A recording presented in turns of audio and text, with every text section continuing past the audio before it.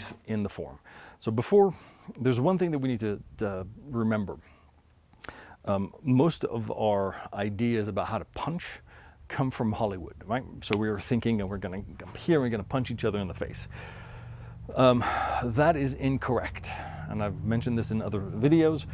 The thing to remember, if you watch boxing and they're wearing gloves, the gloves are not there to protect the person you're punching.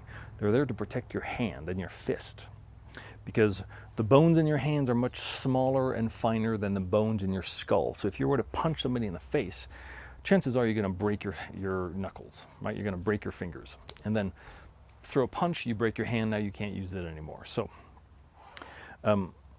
we're going to be doing palm strikes. When there is a punch, it's going to be to a soft tissue low. It also means that a lot of our guards are lower than what you would see, for example, in boxing, where you're here. Because in boxing, since they're wearing gloves, they're going for the face. They're hitting the face. In a traditional martial art, whether it's European, Asian, whatever it is, the guards are going to be lower because nobody's really going for the head. You're going for body shots. And you can see that actually in, those, you've seen those pictures of the kind of traditional European boxing where they're like this. And it looks ridiculous. You're like, what are they doing? Well, if you're here, notice that what's happening is that your arms and your elbows are protecting your ribs. Right? And that's why they also had a posture that was a little further back, because by being a little further back, you protected your face, you're not going to get punched. But from here, you can do a quick jab to the right. If I'm here, I can pop a chin and a nose if I want to, but I'm not swinging, hitting full onto the face. I'm going for something soft, jaw or nose, right? Boom.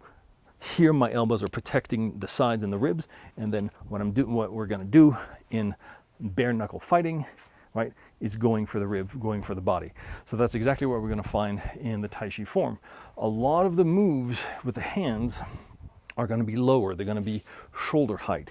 You're going to see that the elbows are down, because that's the protection. That's what we're trying to protect, is actually the ribs, because one solid shot to the ribs, kidneys, all of that kind of stuff, liver punch, boom, that'll drop somebody without breaking your hand, right? So that's the thing to remember.